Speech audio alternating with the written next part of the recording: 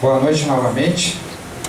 Hoje a nossa palestra nós vamos falar um pouco sobre Xangô, o orixá da justiça divina.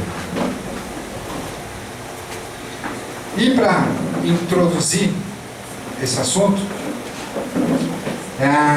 eu sou obrigado a chegar a buscar a ideia primeiro de orixá, né? É o orixá da justiça divina. O que é um orixá? Né? Como a gente sempre tem, né, uma assistência que se renova, né, a gente busca sempre estar recolocando esses conceitos no ver da Umbanda que nós praticamos aqui no grupo de Umbanda anterior da Fraternidade. Mas para começar com os orixás, eu vou começar fazendo uma pequena historinha de onde é que vêm os orixás, né? Os orixás, eles vieram junto com os escravos para o Brasil, né? Junto com toda a cultura que os escravos africanos trouxeram para o Brasil. E a escravidão no Brasil não foi uma coisa pequena, foi uma coisa bem grande, por sinal. A escravidão no Brasil começou por volta de 1538, você tem notícia dos primeiros escravos que aportaram na Bahia, e se estendeu até 1815. De sorte que muita gente, né, veio para cá como escravo, de muitas nações da África, uma diversidade cultural grande, e trouxeram para cá a sua tradição religiosa. Para vocês terem uma ideia do quantitativo, me chamou a atenção, estima-se que entre 1701 e 1810, né, em torno de 100 anos, quase 2 milhões de africanos foram desembarcados no Brasil como escravos. O número é 1.891 em 400. Os iorubás, que é o povo assim que mais nós vamos falar hoje aqui, né, eles vieram no chamado ciclo de Benin, que iniciou no início do século XVIII, 1700 e alguma coisa, e foi até o início do século XIX. 1815 o tráfico negreiro foi proibido, por isso que é o fim, né? Depois só houve o tráfico clandestino. Bom, os orixás se inserem nas crenças originais e práticas religiosas do povo iorubá. Sua terra natal é no sudoeste da atual Nigéria e nas partes adjacentes de Benin e Togo. Durante o tráfico de escravos do Atlântico, essa tradição foi exportada para as Américas, no que se convencionou chamar de diáspora, né? Onde influenciou o surgimento das práticas religiosas da santeria em Cuba, da Umbanda e Candomblé e nações aqui no Brasil. Essas crenças religiosas urubás estão expressas nos itãs, que são um conjunto de canções, histórias, mitos e outros conceitos culturais que compõem a sociedade iorubá.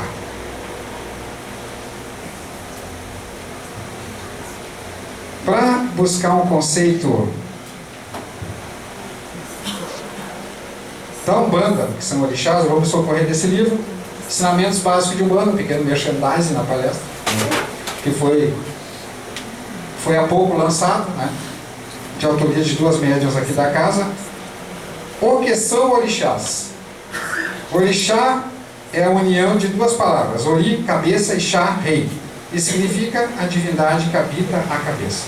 Numa definição mais ampla, os orixás são aspectos vibracionais diferenciados de Deus, ou seja, são emanações do Pai que se irradiam para todo o universo ou planos existenciais, criando, sustentando e amparando todas as criaturas. Como é que a gente pode ter uma ideia prática, né? Bom, começa assim.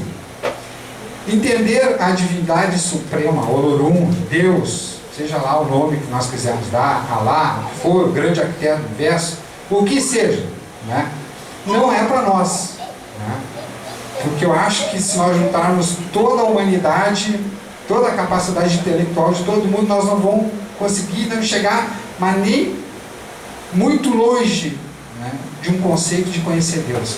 Isso não é uma coisa, penso eu, para nós. Então, nós criamos formas né, de conhecer Deus, indiretas, digamos assim. E qual a ideia que eu posso fazer assim, que eu tenho de orixá? Vocês imaginem um dia de chuva com sol. E de repente está aquele arco-íris, coisa mais linda do mundo, né? E nós vemos todas aquelas faixas de cores. E há várias faixas de cores que a gente não vê também, estão ali, né? Mas a gente não tem capacidade de enxergar. Essa é a ideia que eu posso trazer de orixá. A luz pura que vem do sol seria Deus. E ela se divide, se reparte em diversas frequências. E essas frequências, né, nós podemos dar os nomes de orixás. Então, para facilitar o nosso entendimento, cada orixá ocupa uma faixa de frequência. Tem um tipo de trabalho, tem um tipo de ligação com toda a natureza e conosco. Acho que é uma forma bem simples da gente entender. E hoje eu vou falar um pouco sobre um desses orixás, que é Xangô. Xangô, vocês podem ver naquela imagem ali, né? Está com aquela machadinha, está com duas machadinhas lá, né? E aqui, nessa imagem também, com duas machadinhas. Essa machadinha é o instrumento principal de Xangô, chamado de Oxé. E ela já nos dá uma pista, né, de que faixa de frequência trabalha Xangô. É uma machadinha, como vocês podem ver, que tem dois gumes, corta para os dois lados. Nos remete imediatamente à ideia de dualidade. Dualidade nos remete à ideia de quê? De escolha. Então, assim, todos nós temos a prerrogativa de fazer escolhas. O ser humano pensa e escolhe os seus caminhos. Tem capacidade de escolher os seus caminhos. E Xangô é o orixá, como eu disse no início, o orixá da justiça divina.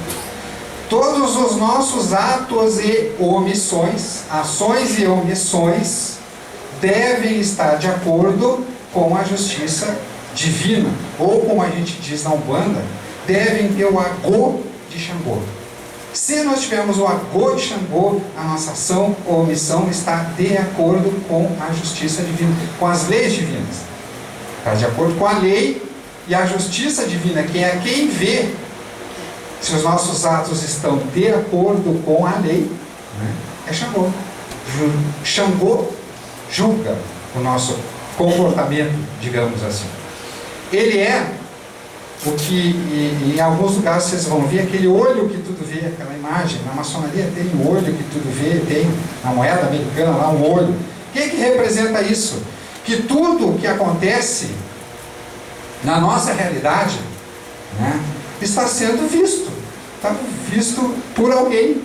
E tudo isso está sendo computado dentro da nossa vida individual e da nossa vida enquanto coletividade. E vai formando o nosso karma, conhece os indianos lá por karma e dharma.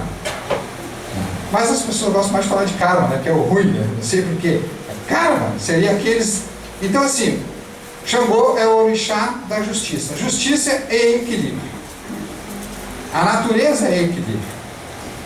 Toda vez que nós causamos um desequilíbrio com algum comportamento nosso, com individual, com a outra pessoa, conosco mesmo ou no coletivo, nós causamos um desequilíbrio que em algum momento vai ter que ser reequilibrado. Em algum momento, em alguma circunstância, de alguma forma, vai ter que ser reequilibrado, como acontece em toda a natureza. Tudo na natureza é equilíbrio. Não se esqueçamos daquela que diz, né, que nada se cria, nada se perde, tudo se transforma. Ou seja, se tem um desequilíbrio na natureza, isso em algum lugar volta a equilíbrio de alguma forma. E Xangô é esse orixá. O Xangô é o orixá da ação e reação, né, do karma. Tudo que nós passamos, né, e que nós podemos eventualmente achar que é injusto, pode ser que não seja injusto. E na maioria das vezes não é injusto. É por algum motivo, por algum desequilíbrio que nós já causamos. Hoje mesmo, na nossa vida pretérita aqui, ou quiçá em vidas anteriores. E também, né, novos desequilíbrios estão sempre ocorrendo. Às vezes a coisa é bem rápida. E às vezes não é. Às vezes é muito antigo. Então, para mim, assim, de uma forma prática, né, qual é o principal de falar de Xangô para nós? É essa obrigação que eu acho que cada um de nós tem de, em cada ação ou omissão, pensar: o que eu estou fazendo está de acordo com a lei divina? Eu estou com o amor de Xangô no que eu estou fazendo? E isso, gente, é uma coisa que está faltando muito para nós. Muito, muito. Né? Eu acho que esse senso do que está certo e que está errado está muito em falta entre nós. De sorte que tem muita gente errada, né, que acha que está certo. Sei lá, tem alguma coisa errada. As pessoas agem causando algum problema para os outros, para a coletividade, e não tem mais nenhum problema de consciência com isso. E nós podemos ter certeza. Xangô está olhando.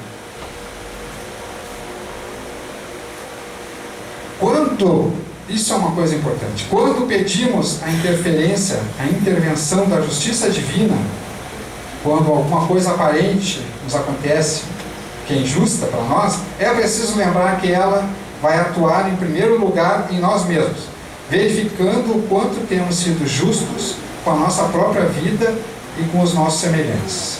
A balança da justiça pesa os dois lados de uma questão.